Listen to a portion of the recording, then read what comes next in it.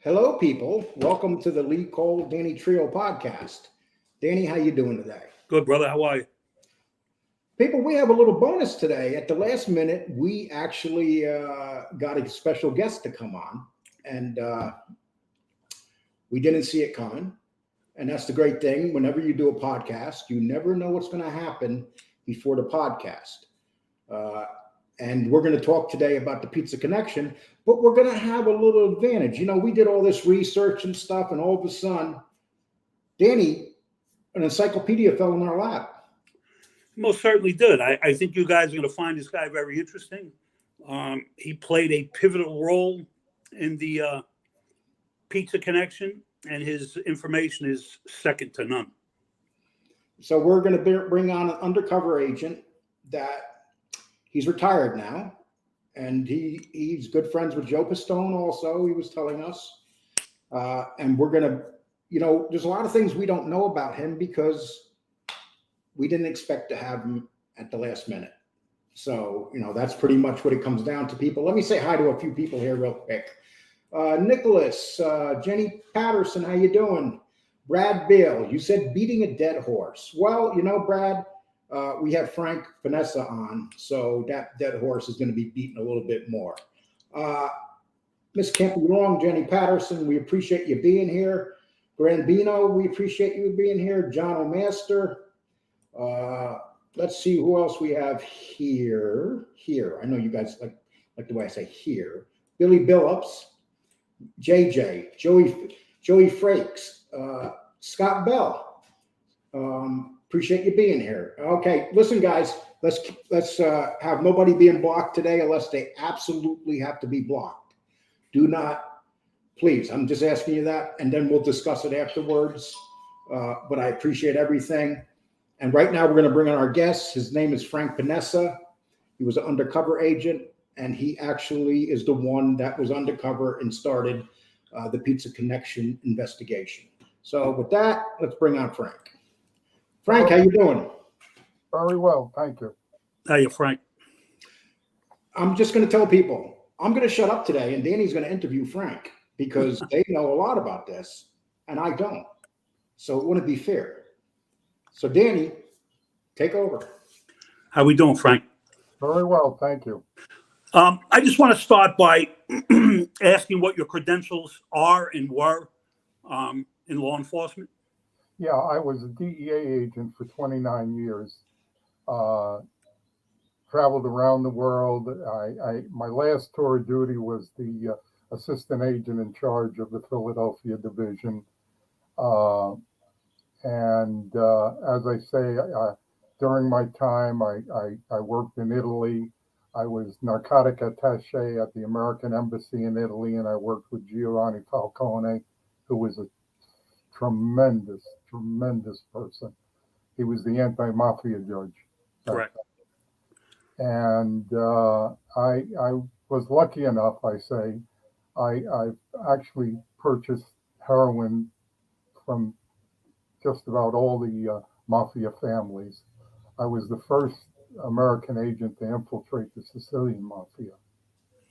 And what years were you involved in the Pizza Connection? The Pizza Connection was 1982 to 1984.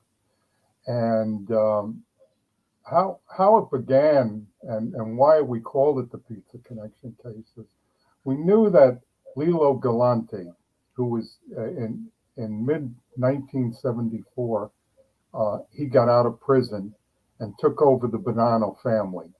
But he and Joe Bonanno, back in the 1950s, went to Sicily, and they established the heroin routes where they got, all the distribution rights to all the Sicilian heroin.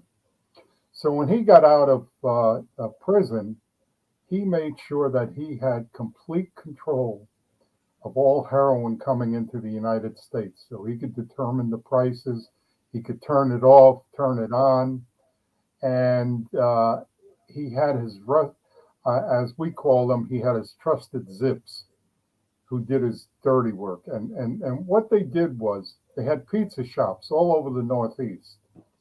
And the person that we got information about was a guy by the name of Dominic Menino. They called him Mimo. And he had 26 pizza shops in the Philadelphia area. And it was our understanding that they were using these pizza shops for the distribution of the heroin and the money laundering. So I went down to Philadelphia, and we were trying to get into Dominic Menino. We just couldn't get into Menino, but then we got a stroke of luck. We arrested two wise guys from the Bruno family in Philadelphia, and we says, hey, you have to cooperate or you're going to go to jail. So they said, hey, we're not going to give you anybody in the Bruno family. So I says, well, what about the Sicilians? They says, well, they're not Italian. Yeah, don't have any problem with that. So from there, what they did, they had to establish me as somebody in the Bruno family. Okay. So they went to Alberto Ficalora, who owned a few of the pizza shops, and he was connected with Cesare Bonaventure, who took over the business after Lilo was murdered. And they told him, hey, we want to introduce you to this guy. He's the guy that does all the hijacking in Philadelphia. And we know you got cigarettes. At that time, Ficalora had 80 cigarette machines. When you walked into the lobby of a restaurant, you had to pull the lever, And so they said he just hijacked a shipment of cigarettes. So they said, we'll introduce you to him. So that's what they did. We went to a mob restaurant, and I had my bodyguard, an undercover agent with me as my bodyguard. And the Ficalora and the Laporters from New York came down, and we sat down, and the two wise guys were on each side of me, Right.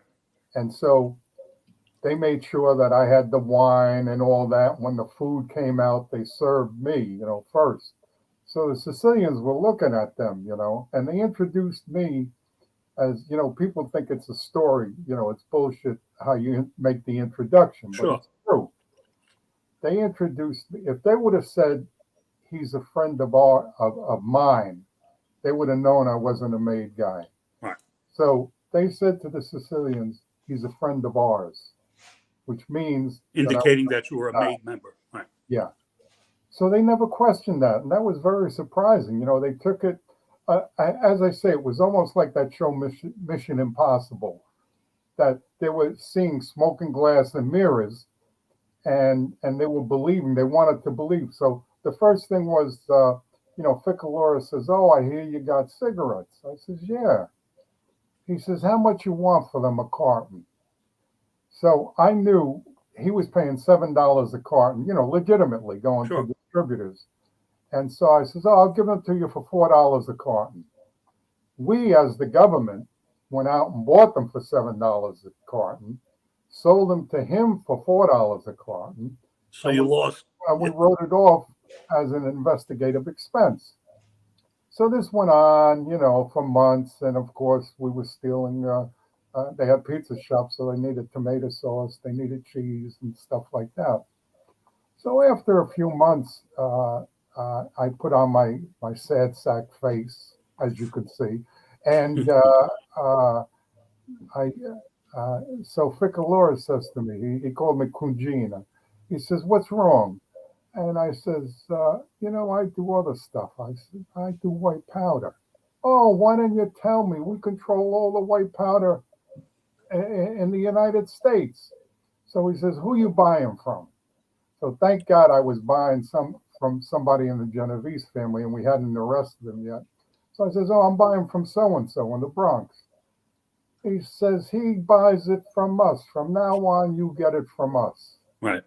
I says, "Good, So it ended like that. And now I had to convince everybody to get me money. Yeah, sure. We set up a meeting in Washington, D.C., and at the time, Rudy Giuliani was Assistant Attorney General to Ed Meese. Well, Rudy knew me from the old days in the late 60s when I was a street agent in New York and bringing cases to him. Right. So we made the presentation. He says, Frank, what do you need? Because he knew that we were onto something, you know, even though the empty suits in my agency wouldn't give me a penny. But once Rudy Giuliani got involved, I says, well, I have to establish myself as somebody. So I says, I need like $500,000 in an account. So when they do a D&B, they'll, On Bradstreet, you correct. know, I got some, no problem. I need another name. I need another identity. I need a passport and another name, because if we go over to Europe, you know, when you go in those days, I think they still do it. When you went to Italy, you had to present your passport to the hotel, and they made a copy of it and they sent it to the Questore, which was the local police. Yeah. You know. So Frank, just to make this clear, Yeah. Rudy Giuliani got you $500,000 in an Oh, account. he got me whatever I needed. Wow. He got me $1 million to buy heroin.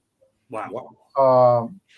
So once I told him, you know, I was interested, so I was set up in a penthouse apartment in Philadelphia, and in those days you couldn't have any building over 18 stories, because no building could be higher than the William Penn statue on City Hall back then. Right. So I had an 18th floor penthouse apartment off Locust Street in Philadelphia, and so what I would do is I would go to the apartment, drive in, go up to my apartment, and in those days they had call forwarding, but it wasn't for the general public. It was, you know, I guess for special circumstances. Right. So I would set it for a phone that I had in my house in Medford, New Jersey. Okay. And go down, get in a different car, and drive over to Medford, New Jersey to be with my family. So one night the phone rings, and it's the Sicilians. They says, hey, we're downstairs, meaning downstairs on 18th Street in Locust, and I'm in Medford, New Jersey, which is 18 miles away. So right away I says, well, oh, geez, I says, I'm with my gumare, and everybody understands that. I'm with my girlfriend, you know. I says, why don't you go to such and such a restaurant? I said, why don't you go over to La Buca, which was a mob place, and I'll see you in about a half hour. So now I have to try to find surveillance agents at night. I could only find one guy, and I says, hey, set up surveillance around La Buca. I have to meet the Sicilians there.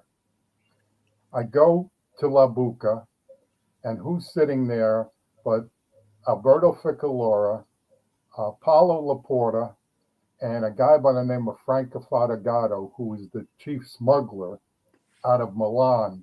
And explain who the other two guys are sitting there. They're made guys. They were in the Bonanno family, and they were in charge of distributing, distribution of heroin to different places in the United States and the Caribbean and all that. And so we got to talk, and they said, oh, let's go for a ride. I says, oh, mamma mia, I'm going to be with these three zips, and there's only one agent outside. So I get in the car with them, and we drive, and I see that after we go about 2 blocks, the agent isn't behind me. So I'm with them. So we have a conversation, and I say, they say, well, you know, we only do kilos at a time. And I says, hey, I don't even know you. I'm not going to do a kilo with you. I want to get something, you know. And so he says, well, we're not going to waste our time. This is Franco Fadagato talking. So Alberto wants the deal to go down. So he says, hey, no arguing. He says, why don't we just do like 10 ounces for 85,000? I says, okay, you know. So they leave me off, and now I have to tell everybody I need $85,000 because we have to make this by walk. In other words, when they give me the heroin, they have to walk away, and then I'm in with them. Right. And 3 Now, days. real quick, Frank, were you wired up at this time, or it was just surveillance? No, just surveillance. It was spur of the moment. I was home, Right. and within a half hour, I had to be there. So a few days later, I get a call. They says, "Hey, we're ready." I says, "Okay, meet me at the coffee shop across the street from my apartment house." I go over there, and it's Paulo Laporta and Alberto Ficalora. And I get into the booth with them, and there's a birthday present wrapped in birthday paper. And they says, "Oh, here's your birthday present, you know." I says, "Oh, good." I says, "Let me bring it up to my apartment." So I take the package, and I go up to the apartment, and there were agents up there, and they tested it, and it was pure heroin, you know. So I go downstairs, and I had a paper bag with the $85,000 in it. Go into the restaurant. I says, "Hey, it looks good."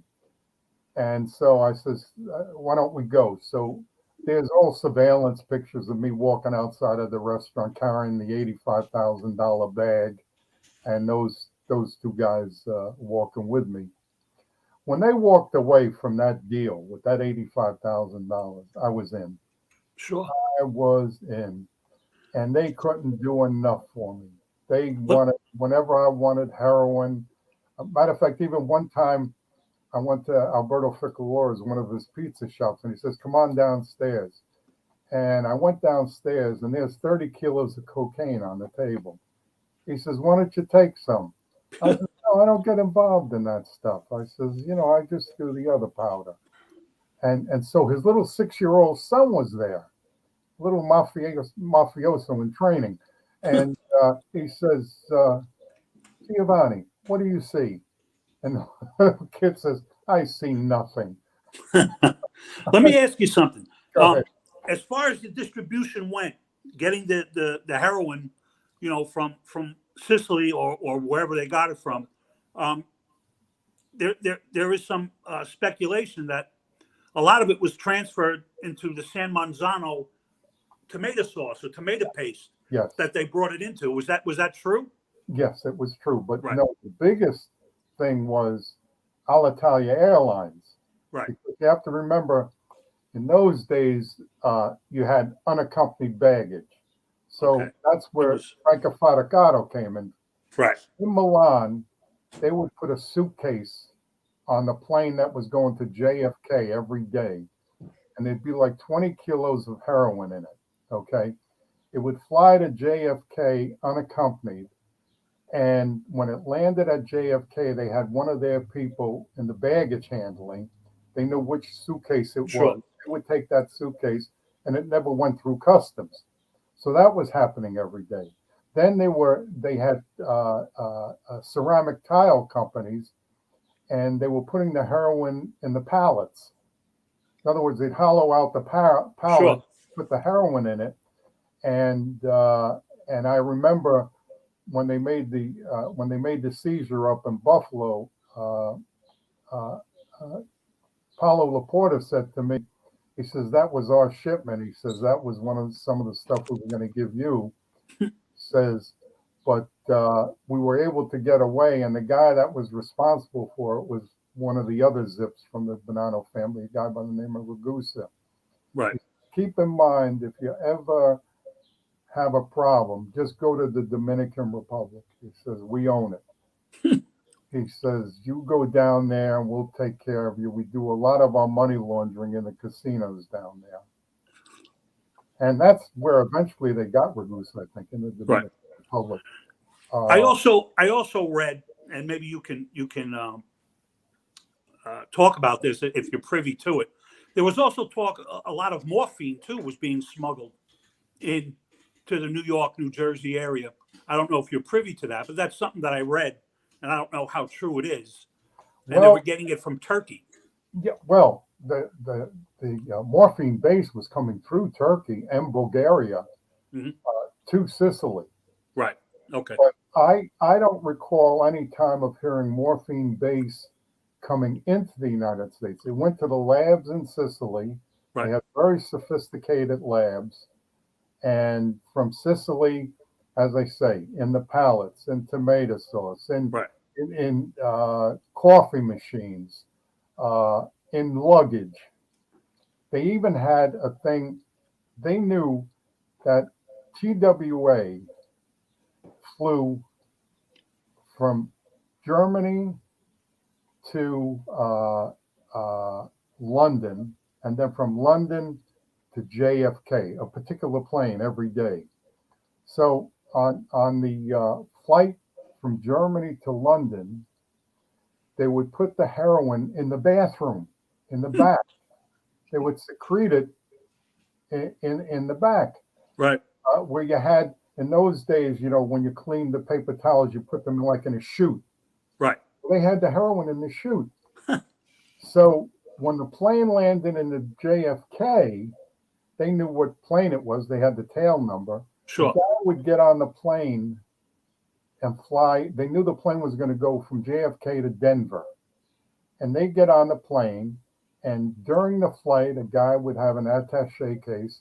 He'd go into the bathroom, take the heroin out, okay, and then as soon as he got off in Denver, he'd fly back to New Sure. York. What had happened was when the plane landed in JFK, the cleaning crew went on, and the guy was cleaning the bathroom, and he put the broom in, the broom handle in to open the bottom of the chute so all the paper towels would come Can out. go. Caught, and he looks in, and there's socks that are tied to each other, and there's heroin in each sock. And so they notify us, and one of our agents got on the plane and flew to Denver. And when he saw a guy go into the bathroom with an attaché case, when the guy came out, he went into the bathroom, and the heroin was gone. When the guy came back to New York, it was too busy at the terminal. We wanted to try to follow him where he was going, and so we arrested him. But these were the methods that they were using. Right. Yeah. Yeah. Let me another question, if you can answer this as well. How much information did you have as far as the Italian zips in New York, as far as Knickerbocker Avenue and the distribution through there? Did you have any knowledge? Of course, that was the main distribution. This is where you'd see Cesare Bonaventure and Baldo Amato and Castellano and all these people over in the coffee shops on Metropolitan Avenue. Right. And they were the main distributors. Matter of fact, when I went to Brooklyn, I met them in different places. But then when the other agent from Philadelphia purchased heroin from them, they followed a guy from Philadelphia up to one of those coffee shops, and he got the heroin and brought it back to Philadelphia. No, they were in total control, the Sicilians over there, and all the zips. Now, Sure. see, the zips in the restaurants, they were like slaves. Right. In other words, Dominic Menino would bring them over from Sicily, and he'd say, "Okay, you're going to run this restaurant, Right. and you're going to do other things for us." So whenever anything had to be done, any murders or anything like that, they used these zips because these zips didn't have any records in the United States. Sure. And the American mafia used these people to do hits. Did you ever come across a guy by the name of Tommaso Mazzara? Mazzara, no. Mazzara, Mazzarra. No, from what? There was a murder in the 80s. This individual was subsequently killed for leaving his fingerprints on a haul of heroin, and he was specifically told to wipe down any packages that he transported to a destination, and they were so complex that they fingerprinted. Believe it or not, they fingerprinted the merchandise, and they found out that his fingerprints, whether it's true or not, were, left on this package.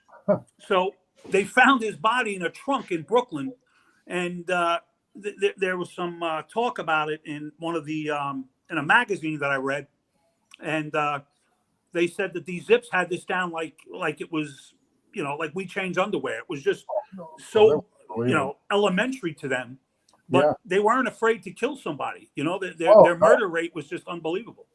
In the 2 years that I was undercover in Philly, there were 22 hits around me. Right. Sure.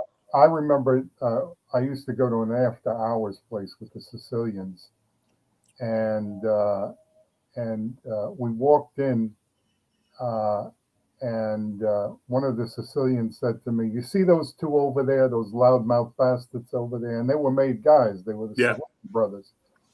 They said they show no respect. They're not men of honor. Mm-hmm. The next month, one of them was killed. A few weeks later, the other brother was killed. And I'm saying I know who did it, because he told me last month that they show no respect. In your opinion, Frank, what do you think the difference is between the Zips or the Italian Mafia and the American Mafia as far as, their dispositions amongst each other? Was there respect between the two? They used each other. In other words, the American Mafia and the Sicilian Mafia used each other for their own benefit. Okay. As they say, the American Mafia used the Zips from the Sicilians to do their hits and things like that. Sure. Of course, the Sicilian Mafia, even though most of the bosses in the family said, no, we're not going to get involved in heroin, they were all involved. Sure. Oh, absolutely. I believe that. Frank, I want to ask you a question. Go ahead. Was that the big mistake by Carmine Galante to trust the Sicilians, the Zips, because they're the ones that wind up killing him? Oh yes, they were. This was his people. These were his bodyguards. These were his trusted people. Cesare Bonaventure, of course, was paid by the American Mafia to get rid of Lito because they were afraid that Galante wanted to become the boss of bosses, right. And they had no use for him because he was a ruthless bastard. Right. I'll tell you, he was all about making money. And I remember buying a package, and even when Cesare took over, and it came back only 30-something% pure. So I went to Ficalora. I said, "Hey, this is bullshit. I can't make any money with this." He says, "Frank, what are we going to do? This is what they give us." In other words, saying that Cesare gives you this and you have to do what you have to do with it, Right. And so that's why he got bumped off too. He ended up in 355-gallon drums in New Jersey. Now, Frank, was there ever a time where you felt like your cover was about to be broken and you started getting nervous? There was always that possibility, but I was in such deep cover, and the name that I used, if anybody was to check, I was born on such and such a day, such and such parents, that it wasn't true, But there was always the case that there's always a bad apple in every agency. And if they were to, if they had an in, they could have probably found out that I was an undercover agent. But I never felt with the Sicilians. When I did work with the Colombians, I was worried about them, because they were ruthless bastards. But the Sicilians, you have to picture me as the golden goose. I bought over $1 million worth of heroin. Sure. So I was making money for them. And they're going to make sure that I'm protected, and they're not going to question anything about me because I'm making money for them. Sure. And that's how Joe Pistone was too. He was making money for them. And you're friends with Joe Pistone? Yeah, Joe and I go back many years. Matter of fact, Joe and I just did a thing at the Mob Museum in Las Vegas. And would you believe people paid $500 a ticket Wow. to sit down and talk with us and have hors d'oeuvres and drinks with us? That's nice, though. Hey. Unbelievable, yeah. Hey, listen, Joe's a great person. He really is. We can't give you $500, but if you want to drop our phone number to Joe Pistone, we have no problem with it whatsoever. Yeah. No, this was to raise money for the Mob Museum, which is a fantastic place. If you ever go to Las Vegas, you have to go to the Mob Museum. I mean, if you are a student of the mafia and organized crime, that's your mecca because they got everything there. And you spoke about the tomato cans. They Yeah. got tomato cans there too. The thing, Frank, let me ask you something. As far as Joe Pistone goes, what was his involvement, if any, with you, as far as information that he came across that would be privy to your investigation? Was there stories back, or was there intel back and forth between the two? no, there wasn't. There There wasn't wasn't. any, and there wasn't any crossover. Joe was Okay. with those families in New York, and as I say, I was working out of Philadelphia, Right. and the only connection I had was because they came down from New York with the heroin, but most of our deals took place in Philadelphia. Right. And so there was no connect, and there was no, I don't know of them even hanging out with any of the families in New York. They hung Sure. out with the families in Philly. They hung out with the Bruno family in Philly because we would go to a place, a private club called Club Enchante, where you'd have the Cherry Hill Gambinos there. You'd have Nicky Scarfo and those people. So, I mean, they were in the same place having drinks and all that. And again, they used one another for their own benefit. Hey, Did you Frank, also have intel on the Gambinos as far as Cherry Hill? Oh, Since yeah. they were big importers of dope in Oh, that era. Yeah. Yeah. See, I was introduced to them by Alberto Ficalora. They wanted me, they had torched their nightclub, Valentino's, for the Sure. insurance money in Cherry Sure. Hill. So they wanted me to buy, Valentino's. So I went to the powers to be and I says, look, this is a perfect opportunity for us to take over this place, put in cameras, put in mics, and make sure that we have all their meetings in the private rooms in the back and all that, you know. They said, oh, no, you get innocent people involved. I said, come on, you know. Yeah. So it never went through, but I did negotiate with them. They knew who Yeah, I they had tons of pizzerias in that yeah, area, see, Del Mar and all over there. You know. it's interesting.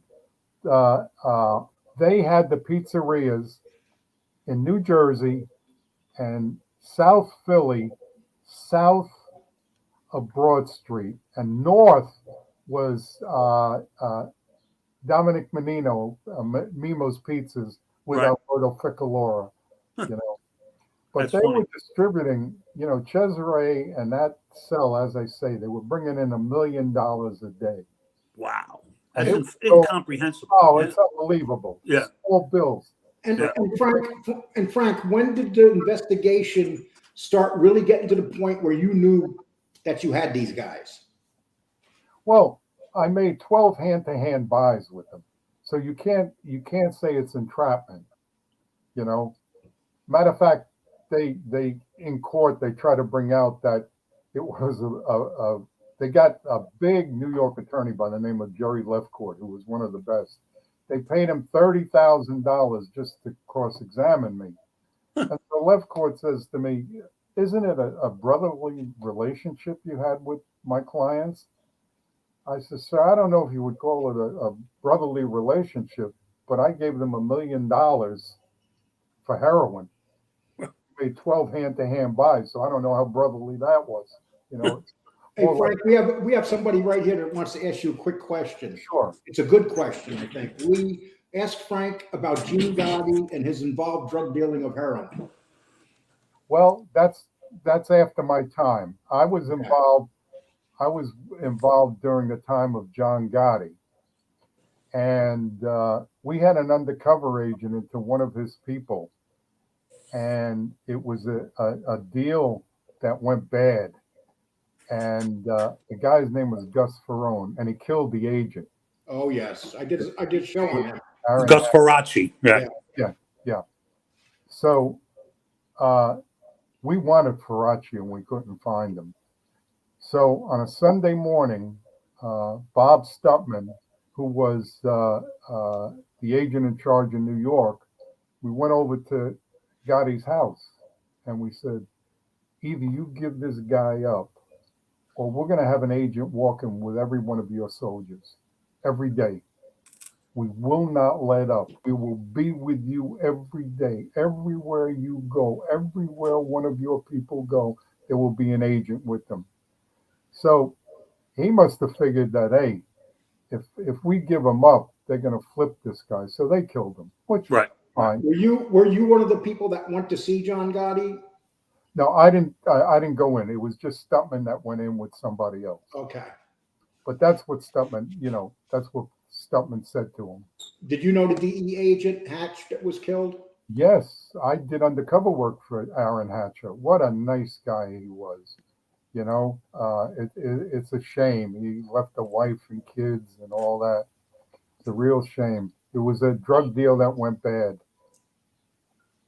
And when that happened, how angry was the DEA? I mean, did they say we're going to rip everything apart in this city until we find the killer? Oh, yes. We've done that a number of times. We did it when Kiki Camarena was murdered in Mexico. The Mexican mob. Yeah. Yeah. And I mean, every agency cooperated. And in those days, this was 1985, I think, we were able to use satellites that the agency had up where we could see people on the ranch where we thought they had him. We could even read the license plates from a satellite. That's how advanced it was. No, but everybody cooperates when that happens. And Gotti knew that Stutman meant it, that we would do it. I remember I had an agent in my group that was transferred to Pakistan. And he goes up to Harlem, he was a black guy, and to get a haircut. He leaves his gun, his credentials, his passport under the seat of the car. So, of course, when he gets back to the car, it's stolen. So we had to do a reign of terror to get it back. And we went up there, and did what we had to do, saying that nothing's going to move until you get that stuff back. And within hours, it was back. So. Oh, so when would you say that investigation started, where you knew that you were going to make the arrest? Okay, well, the investigation was going on, but when did you guys decide that you were going to make the arrest, and where did you guys decide to do it? I didn't want to make the arrest because I was into the Sicilians. Every day we would find out information. We would find out about murders. I remember I was over in Italy, and I was supposed to meet the reporters over there, and they said, "Come back, come back." I said, "What do you mean, come back? I'm here waiting in Italy for you." Well, we just had to do a judge, and they had just murdered Judge Chinizzi back then, and these were things I found out, and then they tell me about murders they had to do. So I remember when the magistrates from Sicily were interviewing me. They said, "What did you know about this case?" I says, "Well, they told me that they faked the guy that they wanted to kill was on the second floor of this hospital. So they faked an automobile accident, and they put goat blood all over the guy's chest so they could get into the hospital. They went up to the room and they killed the guy." And so the magistrate said, "You're right on, because nobody knew it was goat blood." Frank, let me ask you something. How important was Buscetta for you guys? Oh, he was the main guy. Oh, and yeah. Explain who he is, Frank. Tommaso. Can you explain who Buscetta was? Okay, he was a man of honor, and he was with Badalamenti, and they were sent to South America to set up the routes for the heroin importation, and they dealt with the caravanners in Canada and all that. Tommaso Buscetta and I became close because when he cooperated with the government, we put him in the witness protection program, but our witness protection program. The only person that knew where he was living was an agent, a DEA agent, who lived there with him, Danny, I'll be right back. And so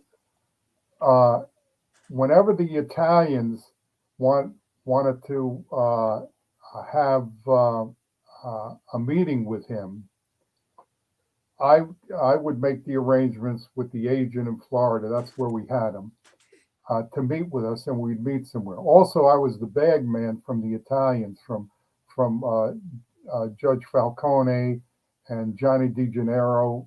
They were paying Buscetta, Tommaso off for his cooperation in the Maxi trials.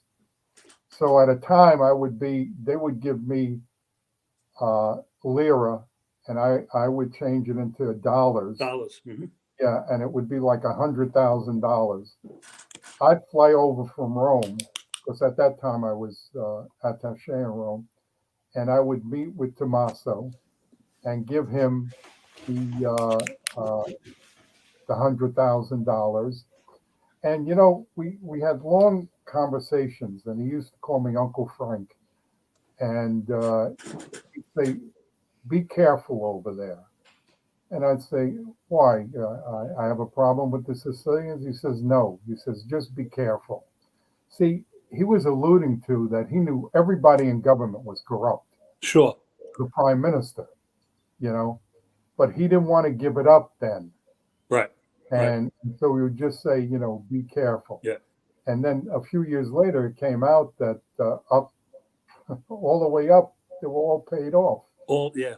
Was it true that they started killing off when they obviously when the Sicilians found out that he was a rat? I believe they started killing some of his family. No, see, what happened was there was a war going on, a Sicilian war, and they started killing his family. And that's when he decided to cooperate. Okay. Because he said they were no longer men of honor. Sure. You never touch the family. Well, I'll tell you, it's kind of, what I've read, and obviously I don't have the knowledge you do. You're extremely knowledgeable.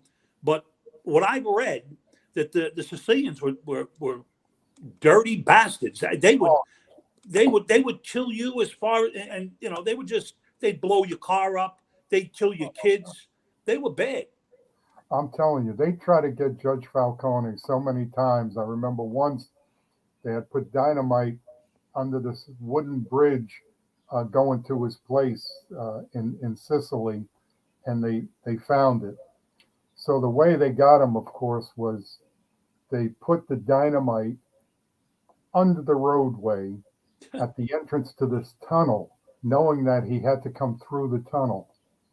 And so it was his car with his wife, yeah, and bodyguards in that car and bodyguards in the car behind him.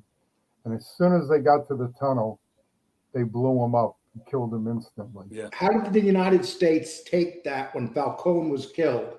Was it a big blow to everything? Very big, because I say we, and primarily the FBI, offered him a job in Washington, D.C. to come to Washington, and he would be in charge of, all organized crime, mafia-related cases. But he was just so devoted. And, he lived like a prisoner. I used to, on a Friday night, if he didn't go down to Sicily, he stayed in Rome. And it was like he was staying in a prison. We would have to go, and we'd go into this barricaded building just to have drinks with him. I mean, he couldn't even go out.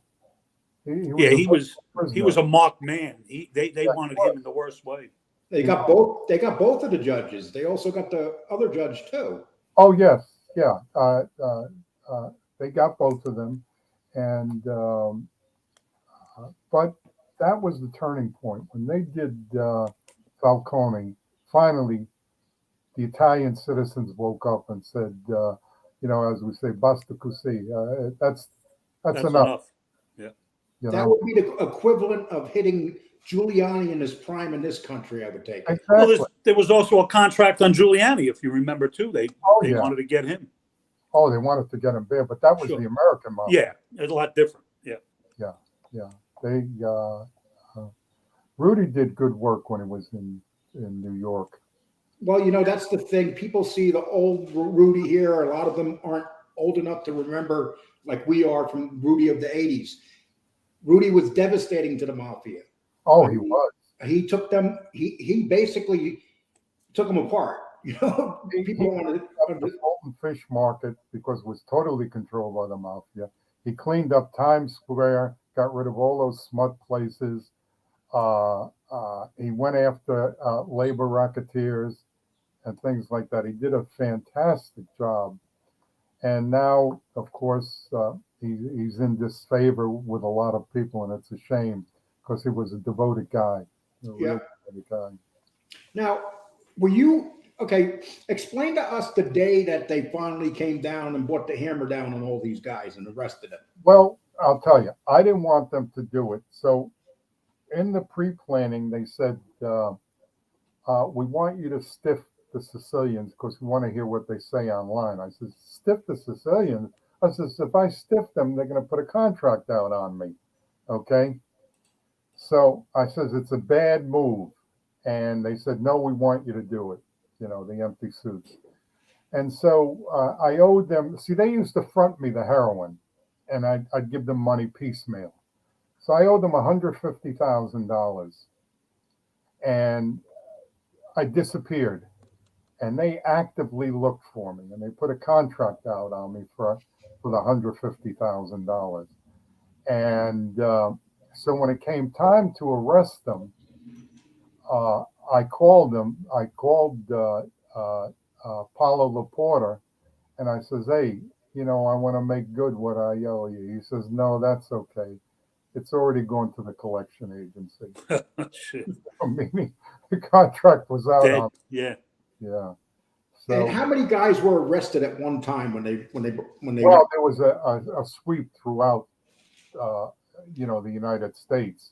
And as I say, we got so many people in Philly. They got so many people in New York and Michigan.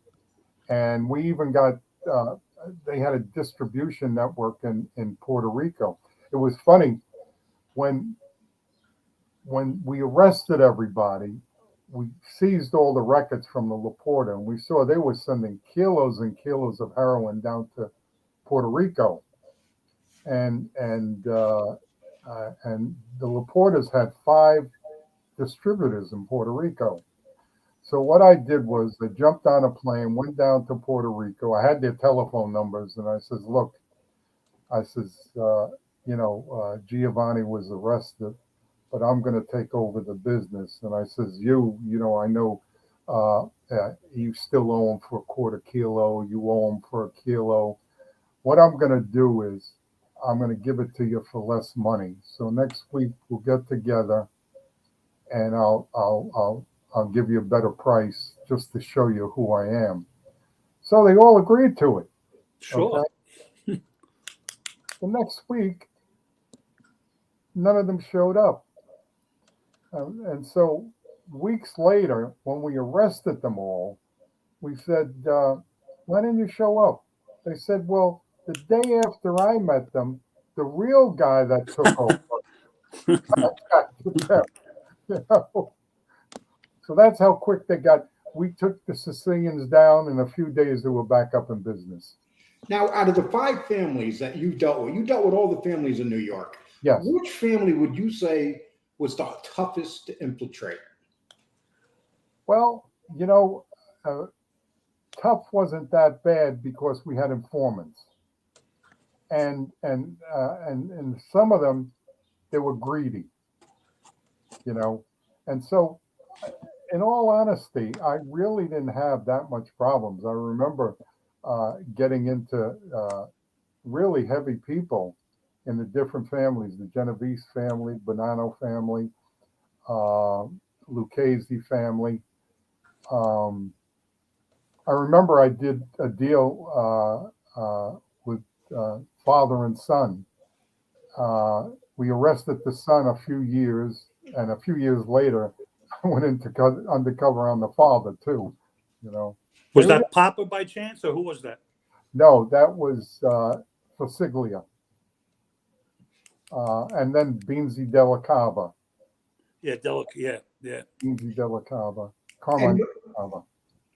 So, what was the opinion of, say, John Gotti at that time once he took over? You know, Gotti, there weren't too many people involved in narcotics. I mean, that wasn't his main thing. I mean, he controlled all the unions, all the loan sharking and all that. So as far as Gotti was concerned, he wasn't really big into the heroin business like some of the other families. Yeah, Lucchese's and Genovese were just, they were swamped with them. Yeah. Oh, they were. And that's who I bought Sure. heroin from. Because Harlem, was just saturated between the blacks, the Italians, that controlled everything. I mean, Nicky Bonds and all them guys, it was amazing. They got them from the Italians. Yeah. I remember I had a guy that I had arrested, and he was getting it strictly from the Italians, a black guy. And they were distributing unbelievable. Nicky Barnes and them were distributing unbelievable amounts. Sure. I mean, well, you buy a kilo of heroin, okay, and you can get, if you whack it, put dilutant in it, you can get 45,000 nickel bags. 45,000 nickel bags are $5 a bag. Piece. Yeah. And you're only paying like $100,000 for the heroin. You're making major money. Sure. Sure. And of course, nickel bags became $10 each. Right. I got Tony Ducks is in here. What did you ever have any type of? That's his name, not the real Tony. You know what I mean? Did you have any issues? Did you deal at all with the motorcycle gangs like the Hells Angels? Oh yeah. And where did they stand at that level of drug dealing? Well, I'll tell you, they were very big in methamphetamine. Especially in Philly. Well, that's when I was in Philly. We had the gangs there. Philly was the meth capital of the world. More meth was made in Philly in the old days, and when I was there, they were still pumping it out. I mean, you spend $250, $300 for precursors, and you come up with $20,000 worth of meth, and you would cook it over the weekend. In other words, you had all the row houses in Philadelphia. You would go to a family and say, go down to the shore. We're taking over your house for the weekend. And they'd give them so much money to go down to the shore. On the weekend, they would set up their lab, cook the methamphetamine, and by Monday, the people were back. So they could move, all around Philadelphia. So it was very difficult to get them. The only thing that gave them away was the smell. It's a terrible smell. Yeah. And it was very dangerous because you had to use ether. Yeah. We would have 55-gallon drums of ether. If that 55-gallon drum of ether went off, you'd blow the whole block would go up. Yeah, it would go up. Were you familiar with Montemarano, the guy from Philly? He was huge with meth. Oh yes, yeah. See, I in the early '80s, I was a group supervisor there, even though I was undercover. But then I went back in the early '90s as the assistant agent in charge. And so I had all these groups under me that were doing the bikers and anybody doing meth and things like that. So I was involved, and yet I wasn't involved. By involved, I mean I oversaw all the investigation. Right. But personally, I wasn't involved. The last undercover things I did was in Detroit, in the Giacalone family. They needed somebody to go out there because they had a female undercover agent into them. Right. And so they were hitting on her. And so she says, hey, my old man's a maid guy in Philly. I said, don't. You were the maid guy. Yeah. So they would send me out to Detroit, and I was like her boyfriend. So I would hang out with her, going to the different clubs and things like that. And then another thing I did towards the end was in Central America, in El Salvador, on the Colombians, to do a shipment of coke out of one of the islands. And but then again, they sent me over to Italy, and I did a lot of intelligence work with Falcone and uh, the anti-drug units over there. Let me ask you something, Frank. What was your opinion on Angelo Bruno, if you had one? On who? Angelo Bruno? He was. They call him Gentleman Don. Right. You know, he was strong and yet he was weak. He was weak in certain points, and that's why they got rid of him. Right. You know. Right. And that's when I was around there. That's when they were hitting everybody. Yeah. They hit Testes. Yeah. It was Wild Wild West then. Oh, it was. As I say, 22 hits around me in that time period, and of course, it was all triggered by Nicky Scarfo, who wanted to take over everything. Well, he was like a maniac. I think Oh, he was. He was a sociopath. I think he had the Napoleon complex. You know, did. he was. You know, Don I think he was Vito the worst thing that could have happened to Philly in regards to organized crime, because he was just a paranoid little man. Yeah, I see somebody's asking a question about the Contrera Caruana. Yes. Yeah, in Canada. Yeah, they were very much involved with Badalamenti and Buscetta. I did undercover work in Canada on the Caruanas, and they were responsible for heroin coming in through the Canadian border down into the United States, and we had a number of cases that we worked on with the Caruanas. Very much involved. What was your opinion on Toto Reno? Now that's another psycho. Yeah, yeah. They said he was one of the most. I don't know what the word is. I guess rootless.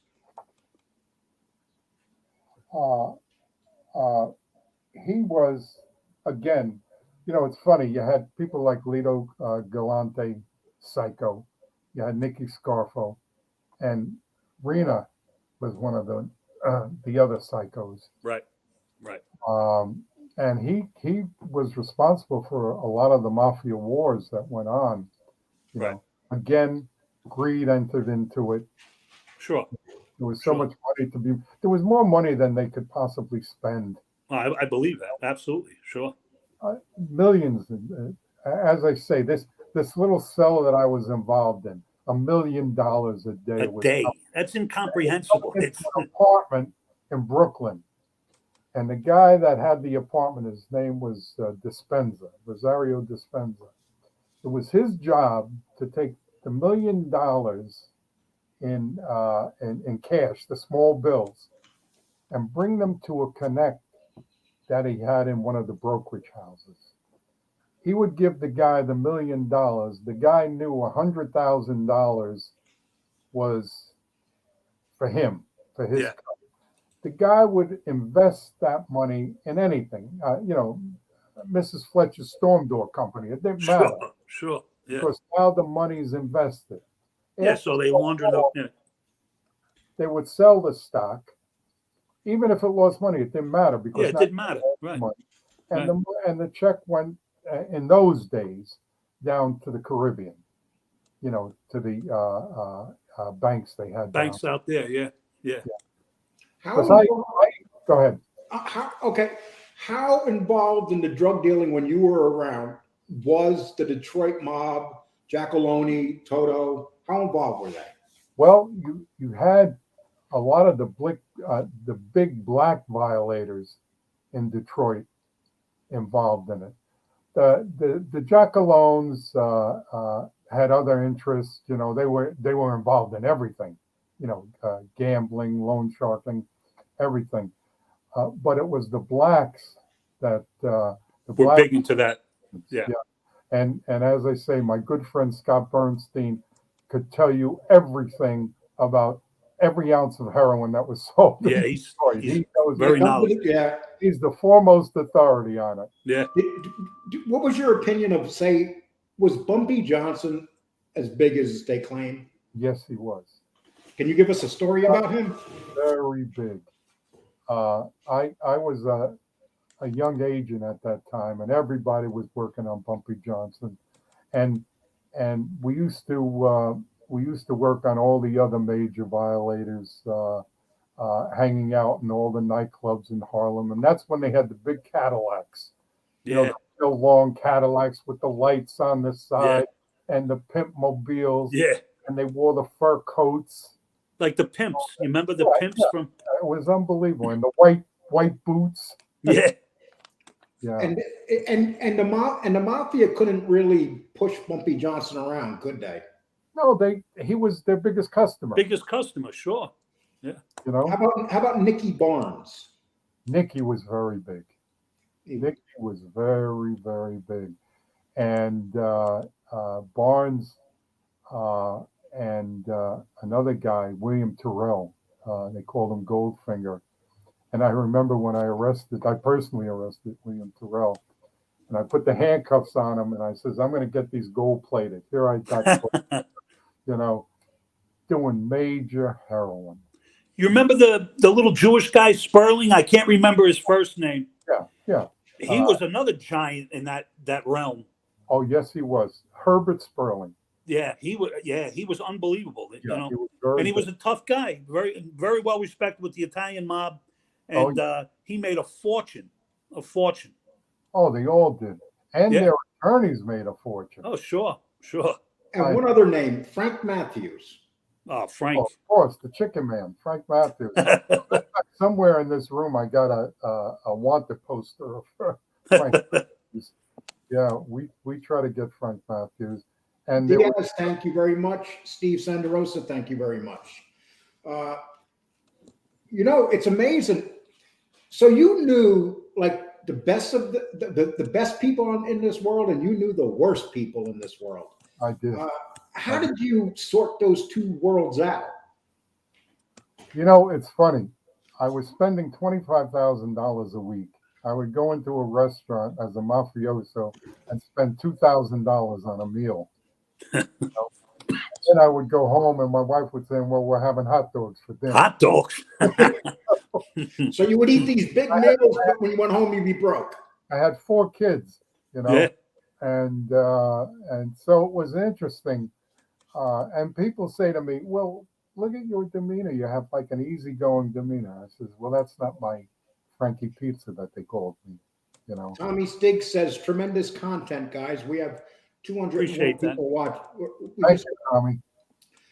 So the more you talk, Frank, the more people are coming in here. So they're finding you very interesting. And do you mind hanging around a little bit more? No, not at all. It was a good run. Okay. It was really a good run. And one of these days, I'm going to come out with a book. Everybody else has. Why not? That seems to be the norm. Frank, no one's going to believe this. Tell them how old you are. I'm 80. See, I God would bless never you, think because that. you're sharp as a tack. Yeah, well, that's all I have. I don't have my knees anymore. That's I all right. I walk like an invalid. Well, Yeah. you know what it is, Frank. Though, after being under all that stress your whole life, you must have a damn strong heart. Well, it's aided by a pacemaker now. Well, I'm going to get a pacemaker on the first. I'm telling you. Yeah. Thank God, because my heart was always going out, and I was getting tachycardia. You know, where you beat like yeah, 200. beats a mile a minute. Yeah. And so finally, they put a pacemaker in 3 years ago, and I've been fine. Good. And they check it every 6 months, and they tell me, "Oh, you got another 8 years on the battery, and your heart's beating 70 beats a minute." Yeah. Yeah, Did you have any interaction with Tony Ducks Corallo or Salerno or any of them guys? They were, they were the bosses back Right. then. No, I was, with the people below. They never physically touched the stuff. Right. No. Right.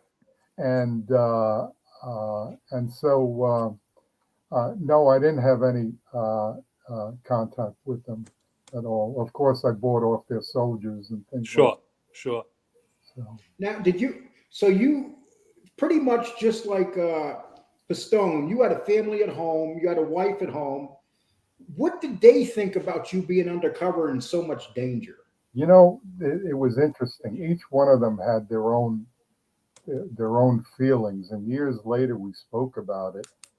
And I remember one of my kids saying to me, You know, I always had this fear because you're always flying around the world, undercover, that you were going to be in an airplane accident.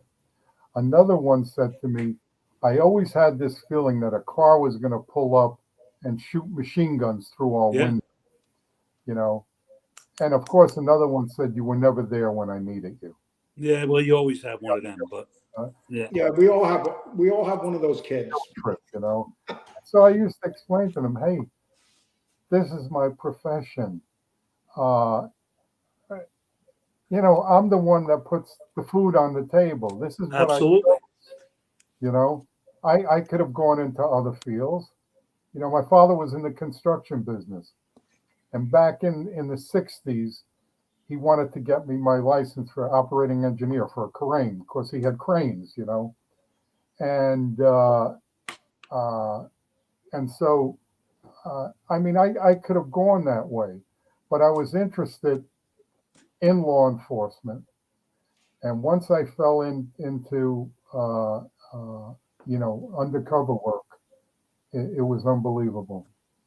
Frank, did anybody ever make you take a hit or two on the job to see if you were not undercover? Well, you have to realize I wasn't a mud on the street buying a nickel bag. I was Yeah. buying You were kilo. quantity. Yeah. And I would say, what are you, crazy? Right. You use this shit? Yeah. Only once I was in Florida, I was in Miami with an informant, and we were buying cocaine. And so the bad guy puts 2 lines of cocaine on on the bureau, and he says, "Oh, try it." So now the informant knew I couldn't do it, so the informant snuffed up both lines. And so when I went down there wasn't anything there. Oh yeah, good shit. That was the only time. No, normally I was too high up for anybody to even suggest trying anything. So you weren't like Pistone. Pistone was considered like a not even an associate, where you were considered a made guy. Well, they thought I was a made guy, and Pistone was going to be made. Yeah. He was It's just just that the close. bureau didn't want to go for it, and they had given Pistone a contract to do a guy, and of course, what they were going to do, what they did, they grabbed the guy and said, "There's a contract out here," and they faked, that they killed him. Now, Frank, living life on the edge like that, and now you're retired, you're Yeah. in your beautiful home in your beautiful area. Do you ever say, "Damn, I wish I could do that again"? I want my memories to be put down because not only the Pizza Connection case, there were other cases that were unbelievable. Dealing with people in South America, with rebels trying to take over the Chilean government, going undercover in Atlanta Penitentiary, dealing with a lot of the mob people. Um, there were so many things, so many. Oh, being trained as a sniper to kill President Torrijos of Panama. That's Oh, a Wow. story of my life. You better write a book. You know, did and you have any? I found out through Jack Anderson. They sent me to a school at Quantico to train me as a sniper, and there were 8 of us, and it was in July, and we had to wear these leather jackets, and we had specially built M14s, and we had to qualify at experts at 1,000 yards. The guy asked, "Do I know Michael Levine. A fantastic agent, one of the best undercover agents there was. Yes, I do know him."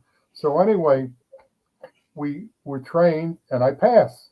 And they say, "Are you ready to take a contract?" Now let's say you were with a guy, and he was with an agent, and you knew the agent had a problem. Would you have any problem offering the guy? I says, "Oh no, no problem whatsoever."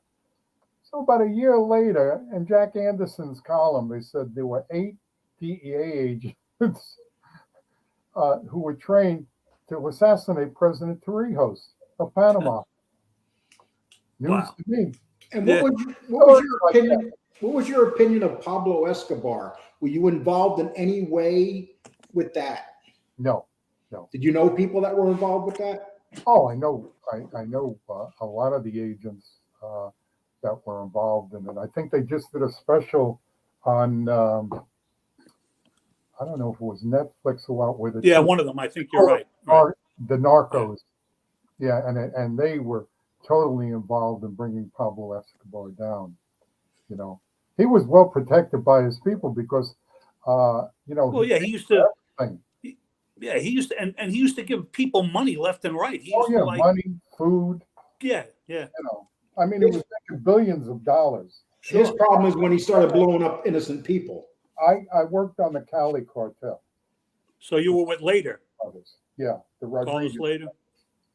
And I remember the Rodriguez brothers going to the Colombian government and saying, "You give us asylum, and we will pay off your national debt." Yeah, that's a fact. I read that as well. That's true.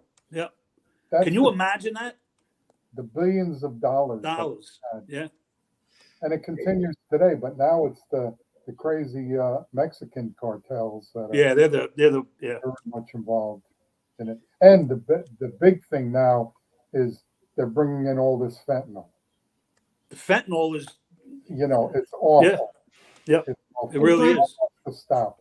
Frank, do you get disheartened when you see how easy they're bringing drugs across the border now? Oh boy, do I! My God, it's criminal. Yeah, Because it is.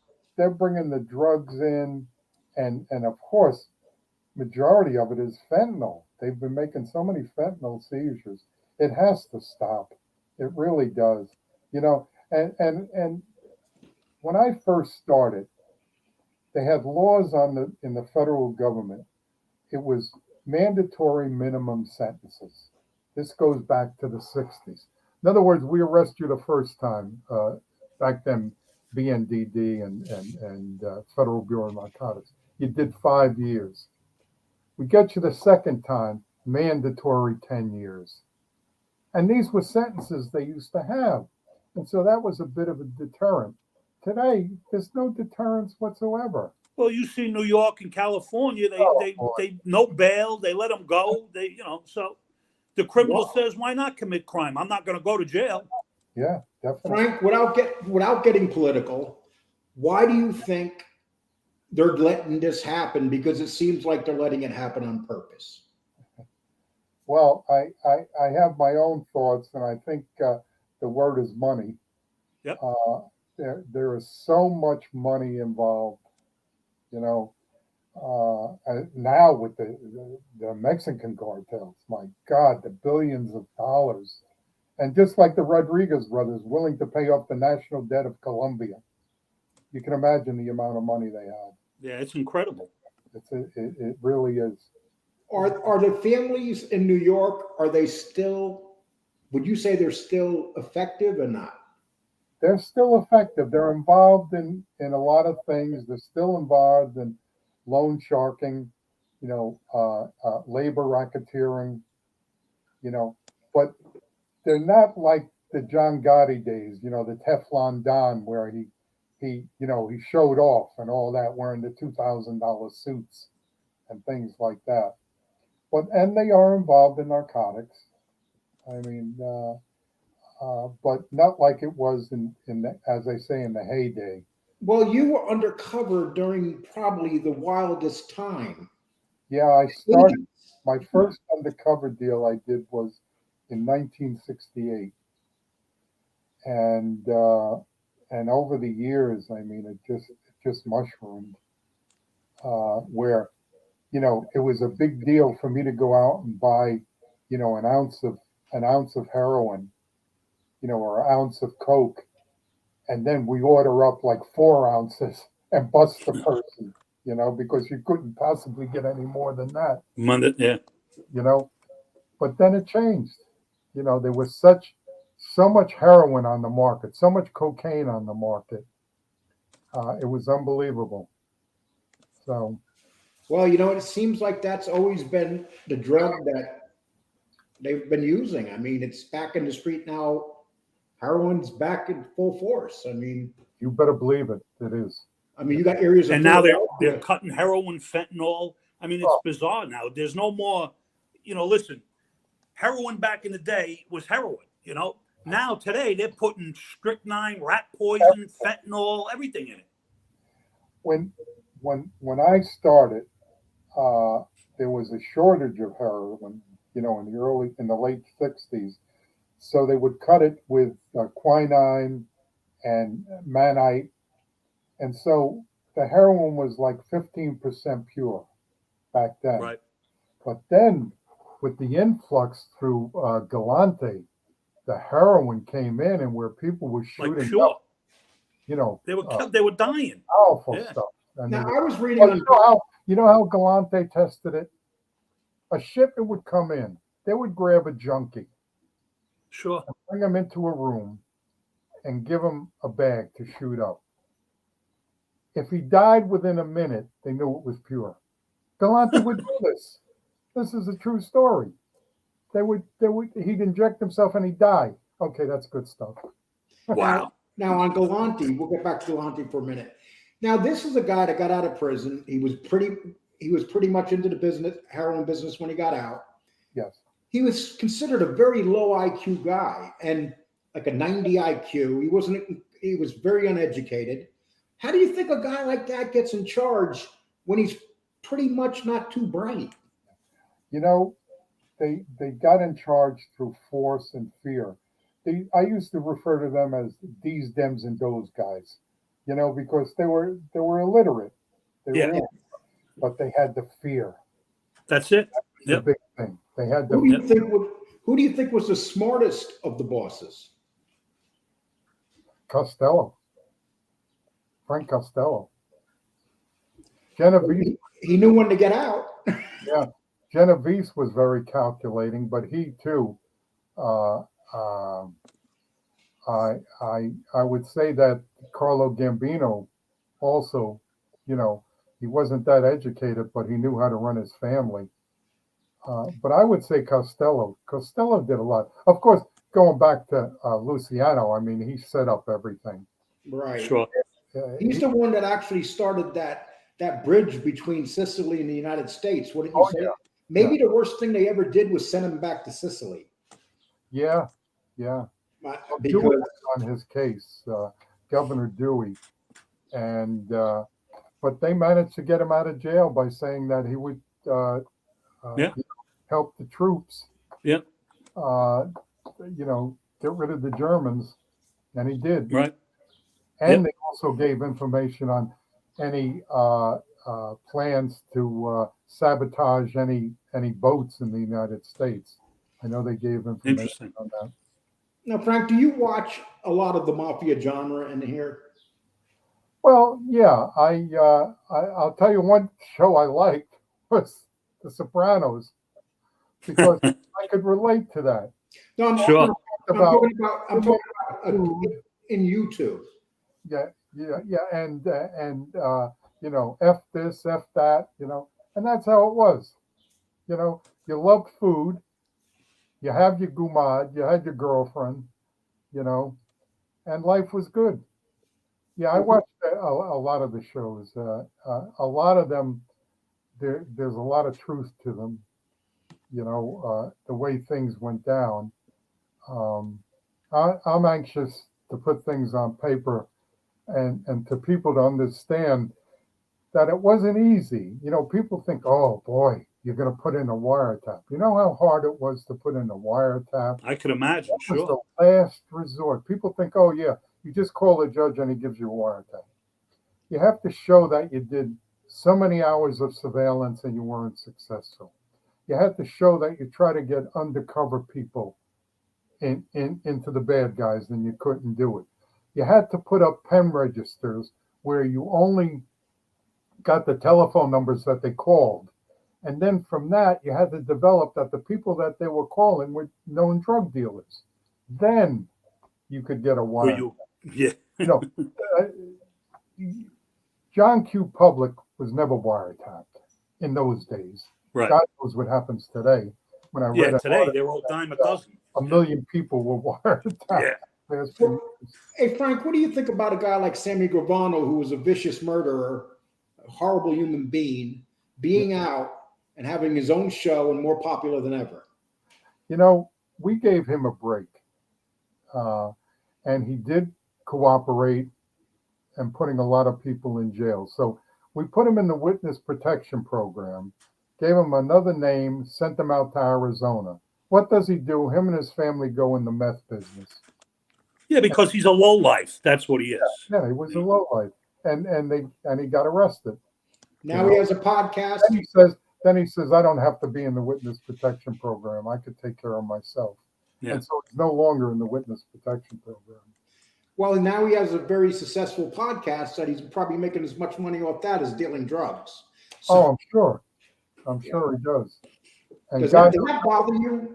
God knows how much money he had, buried in the backyard, because they were making major money back then. He was Gotti's right-hand man for so many years, and he did a lot of the hits with Gotti too. So Gravano, I think they said he did about 16 hits. Yeah, he did. Frank, I'm going to tell you what. I really appreciate you being on today, and if we want you to come back, would we be able to get a hold of you and ask you? Yeah. As I say, this is downtime for me right now. I have a few things on the fire, especially writing a book, and once I go full force into that, I'm going to be busy. But right now, I'm just getting all the stuff together of the things that I did over the years. The one thing that I was lucky and I kept from the time I started as an agent in 67, 68, we had to do daily reports, okay, of what we did the day before. I have all of them up to 1978. Wow. So I could go to them and say, oh, on such and such a day, I arrested this guy. On such and such a day, they sent me to Montreal. They sent me to the Netherlands.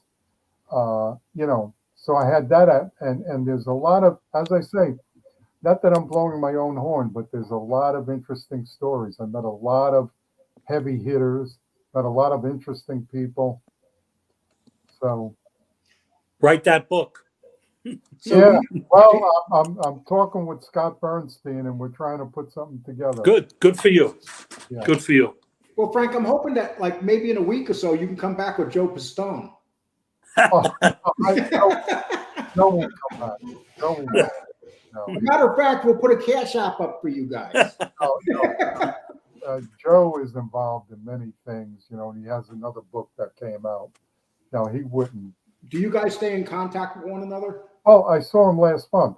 We had, we had meals together. We had dinner. We had breakfast. He and our wives in Las Vegas. No, he's a busy guy. He's a very interesting guy.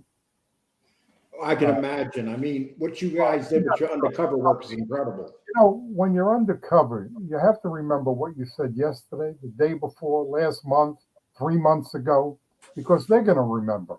Sure. You have to remember it all. And that takes a lot of brain power, I'll tell you. And I think that's why I still have my facilities, because my brain is trained. You're very articulate for 80 years old. And, my hat is off to you. And I appreciate you taking your time to come out here and talk to a couple of guys that just, really don't amount to anything. But you're a good guy, and I appreciate your time. I wish you guys success on the podcast, and you had a lot of interesting questions from your viewers. You know what? We have smart people in here, a lot of people that understand the mafia. We might even have some of them in here using weird names. That's just the way. Danny will tell you that Danny knows they're around, believe me. Yeah, and, they just don't give their real names, and they stay kind of low profile. Yeah. And, I'm sure that some of these guys are going, oh, there's Frank Panessa. He put some cuffs on me. Yeah. There were with them. One question before I leave. A fascinating gangster. I want to know if you knew anything about him, Joey Gallo. No, all I knew about him that he was a psycho. Okay. So that's true. He was psychotic. He was, again, wanting to take over the family. He was a psycho, and they said, it's only a matter of time that he's going to give up everybody and take everybody down. Right. And that's why, he was killed in the Clam House. Yep. In Little Italy. Yep. And what did you think of Columbo? Columbo, all I knew of Columbo was that he was very much involved in the Italian Anti-Defamation League. Right. I wasn't involved in too much with the Columbo family. And again, he was set up by Gallo to take over. Gallo wanted to take over. And a couple months later, he was dead. So just like that, that took care of a lot of problems. They got two things out of the way within a few months of one another. Hey, Frank, thank you so much for being here. Oh, it was a pleasure, and good luck to you guys on your podcast. Thank you, Frank. It's a pleasure meeting you. And listen, I can't wait for your book to come out. If you know any guys in the field that want to come on and talk to us, please. It's just like one of your viewers asked about Mike Levine. He's an unbelievable undercover agent. He was an unbelievable undercover agent. He would be a person that you could really have an interest in. He did a lot of work in South America, did a lot of work all over. And he makes, I'm sure, he would make for a good interview. Well, if you have my phone number now, you have our email, contact us, and we would love to.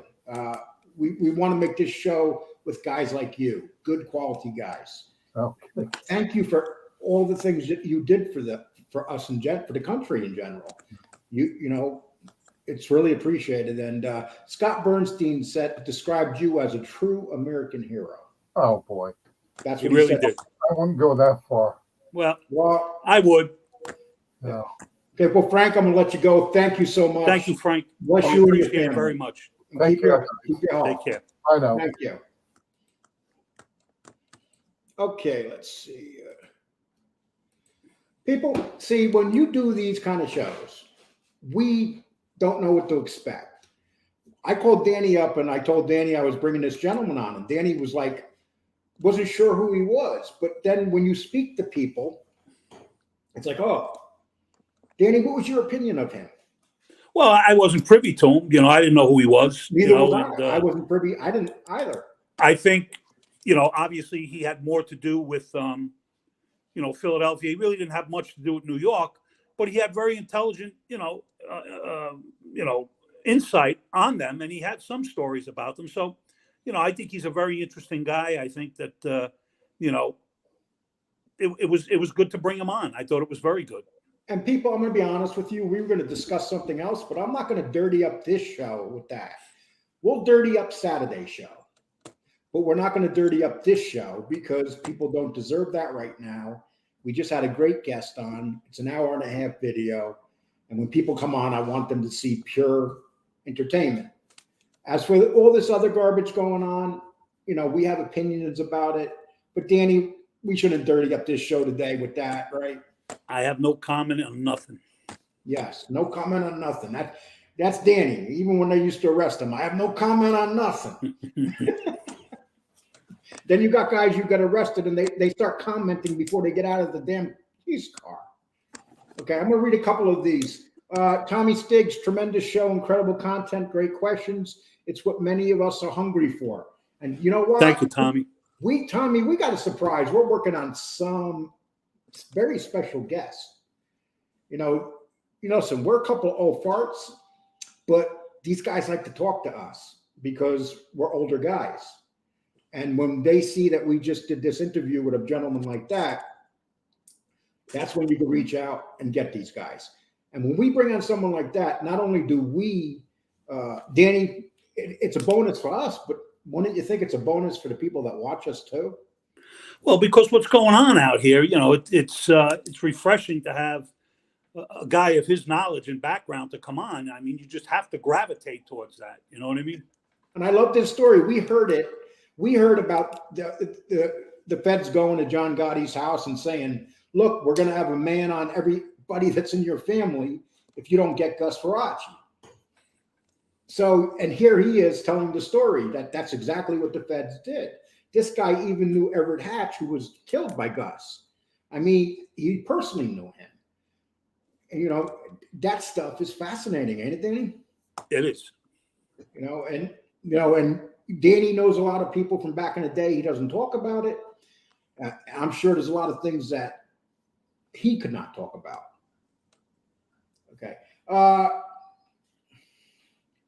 Okay, John Wolf, I just want to let you know, this we will put on this show. John, I'm blocking you. You were on, what show was he on the other day talking crap? Calandra. You were talking crap about us and Jimmy Calandra. Guys, whoever's out there, can you please block John Wolf?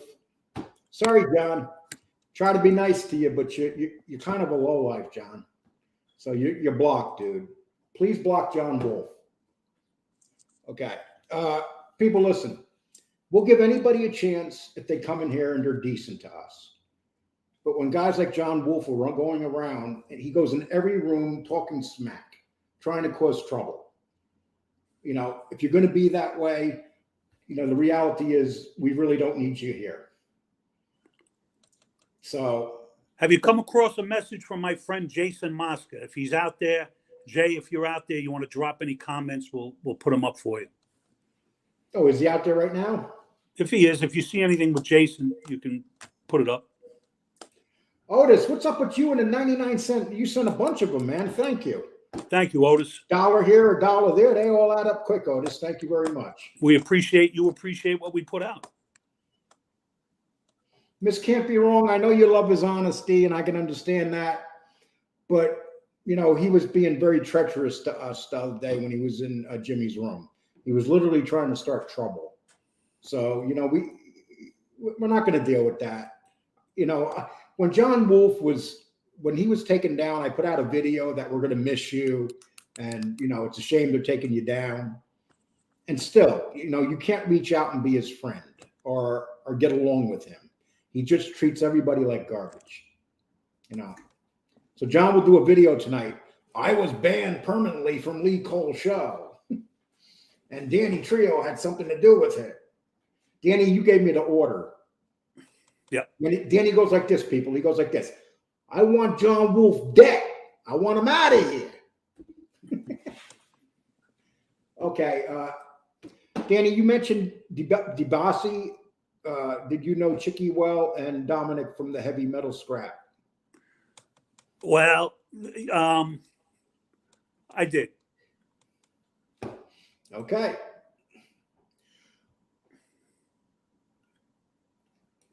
Get rid of John Good. You guys know what you're doing. Yeah, well, Brian, you know, we don't like to do that to nobody. You know, when you come on this show, we want you to know that you could speak up and say what you want.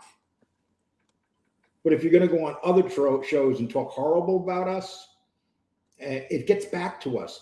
It's like if people came in here and talked bad about FBS or Angel, we really don't want it in here. You know, just keep it out of here, because if you talk bad about them, we're not going to put your remark up and stuff. And that's what it comes down to. Danny, would you say that's pretty much accurate? Yeah, absolutely. I don't want to cat fight. I don't want to. If you can't come in here and come correct and you know, you can say whatever you want, but if you do it in the right way, I respect that. But if you want to come in here sideways, you're going to go out sideways. And that's exactly the way you would talk to people on the street, right, Danny, back in the day? Yeah, I mean, you're not going to approach a guy half-assed and get knocked the fuck out. You know what I'm saying? If you come correct, you'll get treated correct. And, you know, when we put these shows together, people, it's not, and you'll hear FBS say this, you'll hear maybe MRE or Angel. You don't just put the show together. There's a process you go through.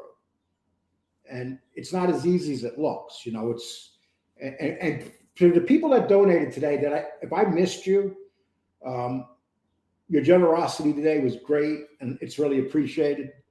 But I think what you're saying to me is we appreciate the real content. So we're working on one more interview hopefully we could pull it off this week on Saturday or Sunday, right, Danny? You think maybe Well, we can? hope so. You know, this gentleman's going to get back to me, get back to us, and you know, we'll work with his time frame, and hopefully, within reason, we can have a great interview with him. And it'll be controversy as all hell, I promise you. What do you think, Danny? Is that a controversial one?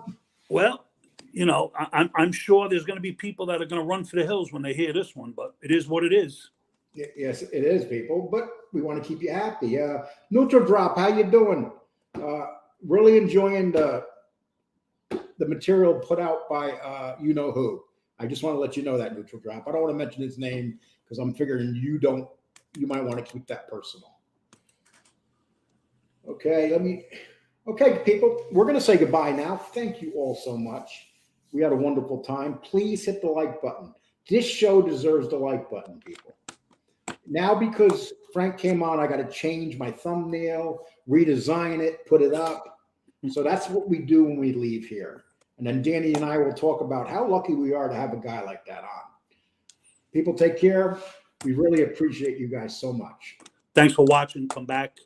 We'll see you soon, and we'll try to keep giving you good content. Thank